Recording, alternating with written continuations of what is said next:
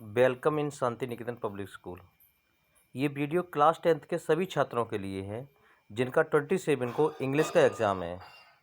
Exam देने से पहले ये छात्र इस वीडियो को अवश्य देखें, क्योंकि ये एग्ज़ाम पेपर प्री बोर्ड में कराए गए एग्ज़ाम पेपर है। क्योंकि जिसमें आपने कुछ मिस्टेक्स की हैं, जिसमें आपके लिखने का मेथड सही नहीं है, मैंने इसमें आपको कैसे लिखना है, कैसे आपको एग्ज़ाम की कॉपी पर अपने क्वेश्चन का आंसर लिखना है जिससे आप मैक्सिमम से मैक्सिमम मार्क्स अटेंड कर सकें, वो मैं इसमें आप सभी स्टूडेंट्स को समझाने की कोशिश करूँगा। तो ये वीडियो सभी छात्रों के लिए, क्लास 10th के, all the students of class 10th must look out this video then you participate in your examination. ये आप देख पा रहे होंगे, ये शांति निकेतन सीनियर सेकेंडरी का प्री बोर्ड का एग्जामिनेशन 2021-22 का जो अभी आपका रिसेंट से सेक्शन चल रहा है उसी का। इसमें देखो 3 सेक्शन में ये बटा हुआ एग्ज़ाम है। जो आपका एग्ज़ाम पेपर है वो 3 सेक्शंस में ऑलरेडी डिवाइडेड है, जिसमें section B for the reading skills, section B आप देख पा रहे होंगे, section B for the writing and grammars and section C for the literatures. Section A में आपके 2 क्वेश्चंस होंगे जिसमें 2 पैराग्राफ दिए गए होंगे, एक डिस्क्रिप्टिव होगा, एक फैक्चुअल पैराग्राफ होगा, जिसमें आपको 6 क्वेश्चन दिए गए होंगे और you have to attend only 5 questions. कोई भी स्टूडेंट 6 के 6 क्वेश्चन नहीं अटेंड करेगा। जो आप पर कॉन्फिडेंस अच्छा है, जहाँ पर आप 5 ही अटेंड करेंगे, क्योंकि जब आप कंटिन्यू 6 अटेंड कर देंगे तो शुरुआत के 5 ही चेक होते हैं। उसमें अगर आपने मान के चलो क्वेश्चन नंबर सेकंड आपका थोड़ा सा गलत है तो नंबर आपको क्वेश्चन नंबर सेकंड पे ही मिलेगा, 6 पर नहीं मिलेगा। तो जितने क्वेश्चन बोले ही अटेंड करने के लिए आप उतने ही अटेम्प्ट करोगे। सेक्शन बी है राइटिंग एंड ग्रामर के लिए। आप सभी को पता है कि आपके सिलेबस में 2 लेटर हैं, एक प्लेसिंग ऑर्डर, एक इंक्वायरी लेटर। इसमें इस पेपर में प्लेसिंग ऑर्डर दिया गया है और या इसकी जगह इंक्वायरी लेटर कोई भी आ सकता है। और में आपको एक एनालिटिकल पैराग्राफ दिया गया होगा जो मैंने इसमें दिया गया है, जिसमें आपको एक 100 टू लगभग 120 का एक पैराग्राफ एनालिसिस लिखना है। इसके बाद क्वेश्चन नंबर 4 दिया गया होगा, वो आपका एरर और करेक्ट का दिया गया होगा। क्वेश्चन नंबर 5 में आपको इनडायरेक्ट स्पीच, जिसे नरेशन कहते हैं, उससे रिलेटेड होगा, जिसमें 2 क्वेश्चन आपको ए और बी सॉल्व करने होंगे। क्वेश्चन नंबर 6 में आपके शॉर्ट क्वेश्चन होंगे, ईच क्वेश्चन हैव 2 मार्क्स, प्रत्येक क्वेश्चन के 2 मार्क्स होंगे। आपको 7 दिए गए होंगे, 6 अटैम्प्ट करने होंगे। और क्वेश्चन नंबर 7 में आपके लॉन्ग आंसर होंगे, जिसमें आपको 3 में से 2 क्वेश्चन आपको अटैम्प्ट करने होंगे। तो ये देखो, मैंने एक कॉपी लेकर लिख के दिखाया है कि आपको कैसे वास्तव में लिखना है। सबसे पहले तो कोशिश करें कि सेक्शन ए से ही शुरुआत करें, या आप जिस सेक्शन की शुरुआत करें उस सेक्शन के सारे क्वेश्चन आपको सॉल्व करने हैं। ऐसा नहीं आपने सेक्शन ए डाल दिया, इसका क्वेश्चन नंबर पहला सॉल्व कर दिया, फिर सेक्शन बी डाल दिया, उसका क्वेश्चन नंबर जो 3 है उसे सॉल्व कर दिया, फिर आपने सेक्शन नंबर सी डाल दिया और उसमें जाके क्वेश्चन नंबर 6 आपने सॉल्व कर दिया। आपको एक ही सेक्शन लेना है और उसमें जितने भी क्वेश्चन है वो सारे उसी सेक्शन में सॉल्व करनी है, दोबारा से वो सेक्शन रिपीट नहीं करना है। और कोशिश करें कि सेक्शन ए से शुरुआत करें। तो मैंने देखो ये सेक्शन ए से शुरुआत की है आपकी। सेक्शन ए मैंने डाला, ये ध्यान रखें ब्लैक पेन से यहाँ ऊपर में सेक्शन ए अवश्य डालें। उसके बाद क्वेश्चन नंबर 1 डालें, जिस पर आपको लिखना कुछ नहीं है, सिर्फ क्वेश्चन नंबर 1 ब्लैक से डालें। ये देखो मैंने लाइनिंग की है दोनों तरफ, तो ये ध्यान रखें आप स्टूडेंट्स भी अपनी कॉपी पर लाइनिंग करेंगे। इस तरफ की लाइनिंग आपकी ऑलरेडी हुई आती है, यहाँ senior secondary board of education आपके छोटे छोटे मार्क्स में लिखा होता है, तो ये लाइन आपको करने की ज़रूरत नहीं है। इसके बाद आप क्वेश्चन को कैसे डालेंगे वो आप देख पा रहे होंगे। क्वेश्चन को देखो आप, मैंने यहाँ डाला है आंसर नंबर 1 का ए। अब जैसा क्वेश्चन में आप देख पा रहे हो, देखो क्वेश्चन में क्या दिया गया है। क्वेश्चन नंबर 1 में अगर हम जाएंगे तो क्वेश्चन नंबर 1 में जैसे रोमन में यहाँ 1 लिखा हुआ है, तो आपको वास्तव में रोमन में ही लिखना है। अगर आपका ABCD के रूप में लिखा होता तो आपको ABCD के रूप में लिखना होता। तो ये ध्यान रखेंगे आप कि जिस तरीके से, जिस पैटर्न में ये दिया गया है, आपको आंसर भी उसी पैटर्न में लिखना है। अब देखो मैंने जो आंसर लिखा है आप देख पा रहे होंगे, मैंने लिखा है आंसर नंबर 1 का फिर रोमन मैंने यूज किया है, क्योंकि वहाँ पर रोमन था, रोमन में 1 लिखा हुआ है। अब इसको मैंने क्वेश्चन नंबर 1 का आंसर देखो लिखा है, मैंने डिक टू पॉइंट उतना ही लिखा है जो आंसर पूछा गया है। अब जब भी आपका आंसर सही रहता है उस जगह पर आप अंडरलाइन करते हैं। देखो ये इसको मैं थोड़ा सा जूम कर दे रहा हूँ, हाँ देखो जूम मैंने कर दिया है थोड़ा सा, ताकि आपको दिक्कत नहीं हो। देखो मैंने यहाँ पर अंडरलाइन की गई है 2 एकड़ मिलियंस वर्क कवर्ड, तो जो आपका आंसर एक्यूरेट रहता है उस पर अंडरलाइन कर देंगे। अब कितना लेफ्ट था, तो 4650 एकर्स लेफ्ट था, तो मैंने उसके नीचे भी अंडरलाइन किया है देखो। फिर उसके बाद क्वेश्चन नंबर 2 था, मैंने क्वेश्चन नंबर 2 का आंसर लिखा हुआ है। जब भी क्वेश्चन नंबर देखो, क्वेश्चन आंसर नंबर 1 का रोमन में 1 लिखा हुआ है, वो मैंने क्वेश्चन का आंसर ख़त्म किया, फिर मैंने एक लाइन को छोड़ा है। So you must should gave the 1 line between 2 questions या 2 आंसर्स। देखो मैंने आप एक जब लाइन को छोड़ा है, तो आप भी वैसे ही एक लाइन को छोड़ने के बाद दूसरे क्वेश्चन का आंसर लिखेंगे। देखो मैंने दूसरे क्वेश्चन का आंसर लिखा और जैसा उसमें पूछा गया है कि किसको प्रोटेक्ट करता है, तो किस लिए प्रोटेक्ट करता है, तो वो प्रोटेक्ट करता है ताकि वो रेड बोर्ड से स्टेट पार्क को बनाया जा सके। तो देखो मैंने उसके नीचे अंडरलाइन कर दी है, आप देख पा रहे होंगे ये। फिर इसके बाद क्वेश्चन नंबर 3 को मैंने किया है, और क्वेश्चन नंबर 3 का जो मेन थीम थी वो थी टचिंग टू द स्काई। देखो मैंने उसके नीचे अंडरलाइन किया है। तो ये ध्यान रखेंगे कि पहले तो लिखने का पैटर्न क्या है, सबसे मेन है आपका लिखने का पैटर्न। लिखने का पैटर्न आपका अगर अच्छा होगा तो आप वास्तव में अच्छे मार्क्स गेन कर सकते हैं। और आप बहुत अच्छा लिखें लेकिन आपका पैटर्न ही गलत होगा, आपके लिखने में क्लियरिटी नहीं होगी, तो एग्जामिनर को चेक करने का जो मूड है उसका, तो वो थोड़ा सा अच्छा नहीं रहेगा। और सबसे पहले हमें एग्जामिनर का मूड अच्छा करना। तो मैंने क्वेश्चन नंबर 1 का देखो थर्ड किया है, क्वेश्चन नंबर 4 का मैंने आपको करके दिखाया है, क्वेश्चन नंबर 1 का 5 किया है, मैंने क्वेश्चन नंबर 6 के 6 किए, क्योंकि मैंने ये पूरे इसलिए किए कि मुझे तो सिर्फ आपको करके दिखाना था, लेकिन आप इनमें से कोई 5 ही दिखाएंगे। Only you can attempt the only 5 question from question number first. ये मैंने देखो जूम किया था, थोड़ा सा मैंने सही कर लिया है, छोटा कर लिया है ताकि आप आराम से विजिबल हो। अब ध्यान रखना है, मैंने आपको 6 दिखाया है, 1 2 3 4 5। आपको कोई भी 5 करनी है जो आपको अच्छे से आते हों।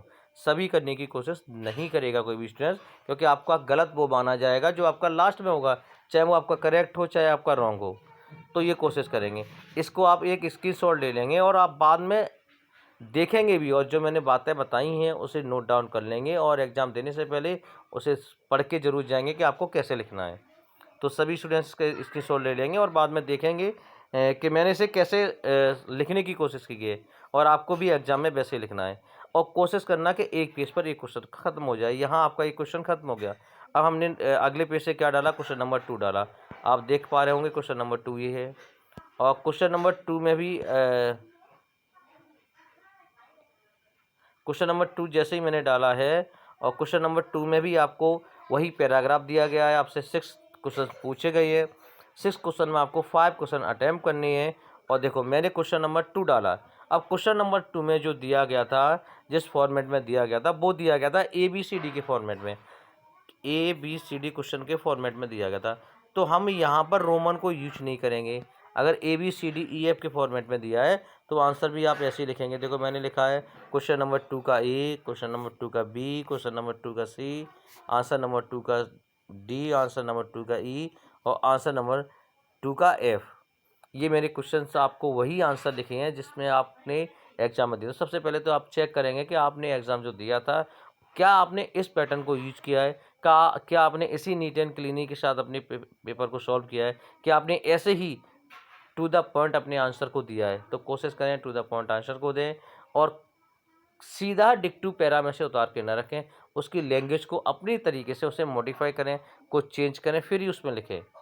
तो इसका भी सभी स्टूडेंट्स एक स्क्रीनशॉट ले लेंगे, और उसके बाद बाद में अपने पेपर को सामने रखकर देखेंगे कि क्या क्या मिस्टेक्स आपने की हैं। और मैंने इसमें भी कोशिश की है, शायद इसमें मैं अंडरलाइन करना भूल गया हूँ, तो जो मेन पॉइंट है उसे अंडरलाइन करेंगे। फिर देखो मैंने अगले ही पेज से, जब आपका सेक्शन 1 ख़त्म हो जाए, अगर आपका आधे से कम पेज बचता है या लगभग आधा पेज लगता है, तो कभी भी आप उस पर सेक्शन B नहीं डालेंगे। सेक्शन B आप न्यू पेज से ही डालेंगे। सेक्शन B क्या था हमारा, राइटिंग एंड ग्रामर का था। अब देखो राइटिंग एंड ग्रामर में जो फर्स्ट क्वेश्चन था वो था आपका एक प्लेसिंग ऑर्डर वाला। प्लेसिंग ऑर्डर में क्या था, एक शांति निकेतन स्कूल था, उसमें एक स्पोर्ट इंचार्ज थे अजीत शर्मा जी, उनके द्वारा एक लाइट वेट स्पोर्ट मुंबई को एक प्लेसिंग ऑर्डर किया गया था कुछ स्पोर्ट्स के मटेरियल के लिए, और उसमें कुछ लिखा था। तो कम से कम पहली बात तो आप ये ध्यान रखना, कभी भी मटेरियल्स के नाम नहीं दिए गए हों तो आपको टेबल में कम से कम 5 आर्टिकल्स को आपको मेंशन करना है। सबसे पहले हमारा क्या होता है, सबसे पहले हम क्या मेंशन करते हैं, तो सबसे पहले हम मेंशन करते हैं सेंडर एड्रेस, भेजने वाले का एड्रेस। भेजने वाले का एड्रेस क्या था, अजीत शर्मा जी थे, कौन से स्कूल से थे, शांति निकेतन पब्लिक स्कूल से। तो सबसे पहले हमने 2 लाइन में उसका एड्रेस लिख दिया, शांति निकेतन पब्लिक स्कूल, पिन्हाट, आगरा। उसके बाद हम क्या करेंगे, उसके बाद हम लिखेंगे डेट। डेट का फॉर्मेट मैं पहले ही बता चुका हूँ। पहले जैसे मैंने आज बना रहा हूँ तो आज है 24 अप्रैल और कॉमा लगा के 2020, ये फॉर्मेट है, ठीक है। लाइन आप बीच में नहीं छोड़ेंगे। लाइन छोड़ने से क्या होगा कि ये लेटर आपकी कई लाइन में कई पेजेस पे पहुंच जाएगा और ज़्यादा पेजेस में लेटर को पहुंचाना ठीक नहीं रहता। तो आप जस्ट अब देखो, जहां मैंने क्वेश्चन का आंसर लिखा है एक सीक्वेंस से, मेरी यहाँ से देखेंगे आप, यहाँ से लेके यहाँ तक एक सीक्वेंस में एक के नीचे जस्ट एक लेटर ही लिखा गया है। तो ये फॉर्मेट सबसे बेस्ट माना जाता है। सबसे पहले सेंडर एड्रेस लिख दिया, फिर हमने डेट मेंशन कर दी, फिर हम लिखेंगे रिसीवर एड्रेस। रिसीवर एड्रेस क्या था हमारा था लाइट बेस्ड स्पोर्ट्स मुंबई। अब हम सीधा लाइट बेस्ड स्पोर्ट्स मुंबई को तो नहीं लिख सकते, वहाँ पर कोई कैंडिडेट होगा, वहाँ का कोई इंचार्ज होगा जो हमारे ऑर्डर को भेजेगा। तो जब भी किसी से कुछ चीज़ मंगानी हो तो वहाँ पर हमारा होता है सेल्स मैनेजर। तो हमने सेल्स मैनेजर को एक लेटर लिखा, तो डेट के बाद द सेल्स मैनेजर जरूर डालेंगे। सेल्स का एस कैपिटल होगा और मैनेजर का एम कैपिटल होगा। उसके बाद एड्रेस लिखेंगे, लाइट वे स्पोर्ट, जिस भी शॉप का नाम होगा उसका नाम और उसके किस जगह पर है वो नीचे लिखेंगे। जैसे ये मुंबई मैंने लिखा हुआ है 3 लाइन्स में। फिर सब्जेक्ट लिखेंगे, सब्जेक्ट का सबसे अच्छा पैटर्न मैंने लिख दिया है, सबसे शॉर्ट है, सबसे अच्छा है, to place an order for sports goods. अब मान के चलो आप स्पोर्ट गुड्स नहीं, इलेक्ट्रॉनिक मटेरियल्स मंगाना चाहते हो तो स्पोर्ट्स गुड्स की जगह आपको क्या लिखना है, सिर्फ स्पोर्ट्स मटेरियल लिखना है, बाकी पूरा फॉर्मेट वही है। हाँ, अब देखो नेक्स्ट चलते हैं हम, क्या पैटर्न रहता है तरीका। तो सबसे पहले तो मैं आपको बता दूं, सबसे पहले हमें लिखना है with reference to your quotation supplied to our school. यहाँ अवर थोड़ा सा मिस हो गया तो यहाँ पर बीच में अवर और लिख लेंगे, टू अवर स्कूल, यहाँ पर टू अवर स्कूल, ठीक है, ये नोट कर लेंगे। To our school we should like to place an order for sports article, the list is as follow. जो नीचे देखिए, फॉलो की जगह हम गिविन भी कर सकते हैं, एज गिविन। यहाँ पर हम कोटेशन की हम जगह कर सकते हैं with the reference to your advertisement we should like to place an order for sports article. हम इसके अलावा एक और लाइन कर सकते हैं, अगर ये नहीं करना चाहते, we are happy to place an order in your industry या in your shop for the sports material for my school. ऐसे भी हम कर सकते हैं। तो कई पैटर्न है, लेकिन मैंने जो लिखाया है वो एक स्टैंडर्ड पैटर्न लिखा है। अब अक्सर आप लोगों ने जो अभी प्री बोर्ड में किया था, कुछ स्टूडेंट्स ने ये बॉक्स नहीं बनाया था। ये ध्यान रखें, बिना बॉक्स के आपका जो लेटर में आइटम्स हैं वो कभी भी एक्सेप्टेबल नहीं होंगे। तो एक बॉक्स अच्छे से बनाएं, जैसे मैंने बनाया है, serial number, name of sports item, quantity. अगर आप एक और लाइन करना चाहें तो यहाँ पर ब्रांड नेम भी लिख सकते हैं, लेकिन अगर आपको ब्रांड नेम सभी की नहीं पता हो, गलत पता हो, तो नहीं लिखेंगे, सिर्फ इतना ही लिखेंगे। सीरियल नंबर मैंने पहले ही कहा था, कम से कम 5 आइटम्स आपके होने चाहिए। 5 आइटम्स आपके शो कर रहे हैं, उन सब के नाम की जो स्पेलिंग लिखेंगे वो एकदम करेक्ट होनी चाहिए, और कितने पीसेस हैं वो देखो मैंने यहाँ मेंशन किए हैं। तो इसका पहले सभी स्टूडेंट स्क्रीनशॉट ले लेंगे, ठीक है। और फिर आप उसके बाद में जो पैटर्न होता है जो मैंने बताया है वो नीचे आपको लिख देंगे। Kindly send the above items, मैं थोड़ा सा बड़ा कर दे रहा हूँ, send me the above items in good conditions latest by 30 अप्रैल। जैसे अब ये आपको डेट कब करनी है, जैसे मान के चलो आपका 27 को एग्ज़ाम है, आप 27 डेट डालेंगे, यहाँ पर जो ऊपर दिया गया है यहाँ 27 ही आप डेट डालेंगे। यहाँ पर 27 ये डेट डालने के बाद आप जो यहाँ पर डालेंगे वहाँ लगभग 1 वीक के बाद अपने ऑर्डर को दिखा देंगे।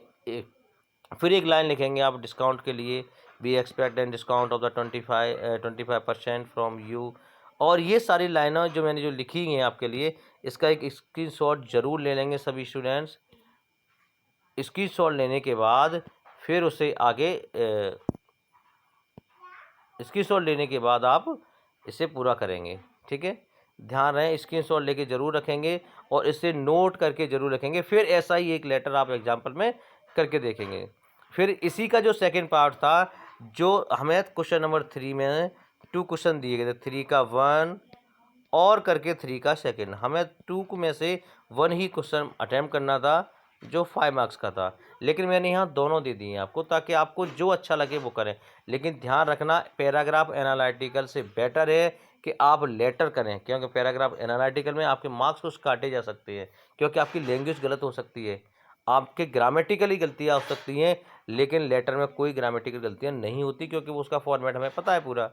तो कोशिश करेंगे कि सभी स्टूडेंट्स पहले लेटर लिखेंगे, लेटर नहीं समझ में आ रहा है तो ये आप पैराग्राफ एनालिसिस लिखेंगे। तो जो पैराग्राफ एनालिसिस दिया गया था उसमें जो आपके एग्जाम पेपर में, वो मैंने लिखा है यहाँ पर, देखो आप देख पा रहे होंगे। तो इसका सभी स्टूडेंट इसकी सॉल्व ले लेंगे और इसकी सॉल्व लेने के बाद फिर उसे अपने आप लिखने की कोशिश करेंगे। अब क्वेश्चन नंबर 4 था आपका करेक्शन वाला। देखो करेक्शन वाले में मैं ऊपर जाता हूँ और आपके पेपर से ही समझाने की कोशिश करता हूँ। देखो ये करेक्शन वाला था, और करेक्शन वाले में पहले में ही क्या क्या क्या क्या लिखा था, देखो सॉरी, क्वेश्चन नंबर में लिखा हुआ था एक आपको करके दिया गया था और ए और बी सी आपको करेक्ट करना था। तो देखो पहले पेपर में इसमें बात चल रही है ट्रीज़ की, और यहाँ पर जो यूज़ किया है उसने हु का यूज़ किया है। और जब भी हम हु यूज किया जाता है हमारा लिविंग के लिए, ह्यूमन बीइंग के लिए, जब भी ट्रीज एनिमल बर्ड्स की बात करते हैं तो हम हु की जगह विच का प्रयोग करते हैं। तो यहाँ किसका प्रयोग किया हमने, विच का। हु इनकरेक्ट था, हमने इनकरेक्ट में एरर में लिख दिया, और उसकी जगह क्या रिप्लेस करना था, विच, तो विच हमने करेक्ट में लिख दिया, और उसके बाद उसके नीचे अंडरलाइन कर देंगे। दूसरे पैराग्राफ में जो था वो एन जो लिखा हुआ था, एन एयर, कभी भी एन एयर नहीं होता था, क्योंकि air is a uncountable noun, और अनकाउंटेबल नाउन के सामने हम दा का प्रयोग करते, तो हम यहाँ पर क्या आ जाएगा, दा का यूज हो जाएगा। फिर था देखो टू रिमूव लिखा है, कभी भी इनफाइनाइट टू का यूज किया जाता है तो उसके बाद हमेशा वर्ब की फर्स्ट फॉर्म आती है, कभी भी वर्ब की सेकंड थर्ड फॉर्म नहीं आती। और यहाँ क्या हुआ है, रिमूविंग लिखा है, जो वर्ब की फोर्थ फॉर्म मानी जाती है, तो यहाँ रिमूविंग की जगह क्या आ जाएगा, रिमूव आ जाएगा। फिर उसके बाद आपके दो नरेशन दिए गए हैं जिसको आपको सॉल्व करना था। पहले नरेशन में है द मदर आस्क्ड लक्ष्मी, फिर लगा है इफ़, और ऊपर जो सेंटेंस लिखा गया है वो हमारा है पास्ट इंडेफिनिट में। जब भी पास्ट इंडेफिनिट को हम इनडायरेक्ट स्पीच में चेंज करते हैं तो वो पास्ट परफेक्ट कर देते हैं, सभी को पता होगा, पास्ट परफेक्ट चेंज कर देंगे। और जैसे ही इंटरोगेटिव से सिंपल बनाने की कोशिश करेंगे तो हमारा यहाँ पर चेंज हो जाएगा पास्ट परफेक्ट में, ये ध्यान रखना। दूसरा भी सेम पास्ट इंडेफिनिट में था तो उसे भी हम पास्ट परफेक्ट में चेंज कर देंगे। अब देखेंगे मैंने नीचे क्या चेंज कैसे किया है, लिखा कैसे। देखो क्वेश्चन नंबर 4 जो लिखा गया है, देखो हमने पूरा नहीं उतारा है, सिर्फ यहाँ एरर लिखा है और यहाँ इसका करेक्ट लिखा है। हु की जगह बीच अंडरलाइन है, एन की जगह दाएं अंडरलाइन है, रिमूव की जगह रिमूव अंडरलाइन है। ऐसे क्वेश्चन नंबर 5 में हमने जो क्वेश्चन दिया था, जो लिखा गया था उसे हमने ब्लैक से लिख दिया है, जो खाली जगह है उसे हम ब्लू से कर रहे हैं। अब देखो इसमें मैंने क्या चेंज किया है, सी चेंज हो गया। देखो मैंने पास्ट परफेक्ट में कर दिया, हैड ब्रश्ड द टीथ, और दिस मॉर्निंग का हो गया डेड मॉर्निंग। ऐसे सेकंड में द विंड, ये भी पास्ट में था, विली लिखा हुआ था, BLEW, और बिली है बिलो की सेकेंड फॉर्म, और जब सेकंड फॉर्म में तो हमने तुरंत समझ लिया कि पास्ट इंडेफिनिट है। किसमें चेंज होगा, पास्ट परफेक्ट में, तो हैड ब्लोन आपका आ जाएगा। ठीक है, ये क्वेश्चन भी हो गया। अब जो नेक्स्ट पार्ट था वो हमारा था सेक्शन सी। अब ध्यान रखना, मैंने कहा था सेक्शन जैसे ही खत्म हो जाएगा उस पेज से अगला सेक्शन नहीं शुरू करेगा कोई भी स्टूडेंट्स, अगले ही पेज से आप शुरू करेंगे। तो सेक्शन जो नेक्स्ट आया सी, उसके लिए देखो मैंने सेक्शन सी अलग से लिखा है, नए पेज से लिखा है। क्वेश्चन 6 दिए गए थे और आपको कितने अटैम्प्ट करने थे, उसमें आपको अटैम्प्ट करने थे 7 में से 6 क्वेश्चन को आपको अटैम्प्ट करना था। मैंने 6 क्वेश्चन के आंसर कैसे लिखने चाहिए, आपको कम से कम 30 से 40 वर्ड के बीच में आपका आंसर मस्ट होना चाहिए। ठीक है, it is compulsory for all the students, you should write the answer of the short questions, it must be in 30-40 words, maximum you will write the 40-50 words, not below than 35 और 40 words. ठीक है, ये ध्यान रखेंगे, 35-40 से below नहीं लिखेंगे, आप उससे अप ही लिखेंगे। देखो मैंने लिखा भी है और आप इसका स्क्रीनशॉट ले लेना, और फिर उसके बाद काउंट करके देखना क्या ये 30 से कोई भी क्वेश्चन का आंसर कम है, आपको उतना ही मिलेगा। सेक्शन सी डाला हमने, सेक्शन सी में क्वेश्चन नंबर 6 डाला ऊपर देखो, फिर हमने लिखा है आंसर नंबर 6 का 1। मैंने कहा जिस तरीके से क्वेश्चन में लिखा होता है आपको आंसर भी वैसे ही देना। वहाँ रोमन में लिखा था, देखो मैंने यहाँ सारे रोमन में लिखे हैं, देखो सारे रोमन में हैं। क्वेश्चन नंबर मैंने कहा जब भी क्वेश्चन का आंसर खत्म हो जाए आप एक लाइन छोड़ेंगे, उसके बाद ही अगले क्वेश्चन का आंसर लिखेंगे। यहाँ देखो लिखा है आंसर नंबर 6 का सेकंड, ये क्वेश्चन का आंसर भी हो गया। फिर मैंने लिखा है आंसर नंबर 6 का थर्ड, वो भी हमने पूरा किया। आंसर नंबर 6 का 4, वो भी पूरा किया। आंसर नंबर 6 का 5 और आंसर नंबर 6 का 6 क्वेश्चन थे, मैंने 6 क्वेश्चन आपको अटैम्प्ट करके बताए। अब इसका स्क्रीनशॉट ले लेंगे और देख लेंगे कि आपने किस तरीके से आपके एग्जाम में लिख कर आए और वास्तव में आपको लिखने कैसे चाहिए। तो सबसे मेन है कि आपको आता है तो उसको किस तरीके से लिखें ताकि एग्जामिनर आपसे इम्प्रेस हो और आप अच्छे मार्क्स पा सकें। इंग्लिश भी बहुत अच्छा सब्जेक्ट है, इसमें भी आप आराम से 90+ गेन कर सकते हैं और हमारे शांति निकेतन के स्टूडेंट्स ने 90+ गेन किए हुए हैं। 2 बच्चियाँ थी, उन्होंने 93 आपके इंग्लिश में मार्क्स अटैम्प्ट किए थे जब कम्युनिकेटिव सिलेबस चलता था, जो टफ भी था। इससे ये लिटरेचर सिलेबस है, आपके लिए ईजी है, अच्छा पैटर्न है, बहुत कम सिलेबस है आपके सेकेंड टर्म के लिए।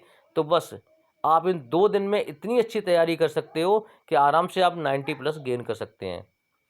तो सभी स्टूडेंट्स के लिए इसमें मैंने लॉन्ग आंसर नहीं दिखाए हैं आपको, क्योंकि लॉन्ग आंसर आप लिख सकते हैं लेकिन लिखेंगे ऐसे ही। जब इस पेज पर आपको कम जगह लगे तो आप अगले पेज से शुरू करेंगे, क्वेश्चन नंबर 7। क्वेश्चन नंबर 7 का फर्स्ट, और जो आपका 80 से 100 वर्ड के बीच में कम से कम होना चाहिए। और फिर उसमें 3 क्वेश्चन दिए गए हैं, आपको 2 अटैम्प्ट करने हैं। 2 वही क्वेश्चन अटैम्प्ट करेंगे जो आपके अच्छे थे। ये ध्यान रखें, मान के चलो क्वेश्चन नंबर 7 है, क्वेश्चन नंबर 7 में आपको दिए गए हैं, क्वेश्चन नंबर 7 में दिए गए हैं आपको फर्स्ट, सेकंड एंड थर्ड, और आपको आ रहा है फर्स्ट और थर्ड। तो आप क्वेश्चन नंबर 7 का फर्स्ट ही डालेंगे, क्वेश्चन नंबर 7 का थर्ड ही डालेंगे। ऐसा नहीं आप अटैम्प्ट कर रहे हो इसे और आप कहीं डाल के आ जाएं इसे, तो आपका वो गलत हो जाएगा, आपकी पूरी मेहनत बेकार चली जाएगी। तो ये सभी बच्चे अच्छे से ध्यान रखेंगे, इस वीडियो को कम से कम 1-2 बार देख लेंगे और जो भी चीज़ें बताई गई हैं उसे नोट डाउन ज़रूर कर लेंगे। और ये 2 दिन पूरी मेहनत के साथ, पूरे जोश के साथ काम याद करेंगे और जो आपका चीज़ परफेक्ट नहीं है उसे करने की कोशिश करेंगे। इसके अलावा अगर आपको कोई प्रॉब्लम आ रही है, इंक्वायरी लेटर समझ में नहीं आ रहा है या और कोई चीज़ नहीं समझ में आ रही है, तो आप मुझे ग्रुप पर या मुझे पर्सनली वो स्टूडेंट्स मुझे व्हाट्सएप नंबर पर कमेंट करेगा और मैं इसके बाद एक और वीडियो उससे रिलेटेड आपको बना के कल ही डाल दूँगा। तो इस सभी स्टूडेंट्स की जिम्मेदारी है कि इसे अच्छे से देखें और जो आप मिस्टेक्स करते हैं उसे बिल्कुल न करें। सभी स्टूडेंट्स के लिए शांति निकेतन परिवार की ओर से बेस्ट ऑफ लक। हमें उम्मीद है कि आप बहुत अच्छा गेन करेंगे, जिसमें आप अपना नाम और अपने पेरेंट्स का नाम, और हमें भी गर्व होगा कि हमारा स्टूडेंट्स इतने अच्छे मार्क्स गेन करके आया है। तो सभी स्टूडेंट्स के लिए बेस्ट ऑफ लक।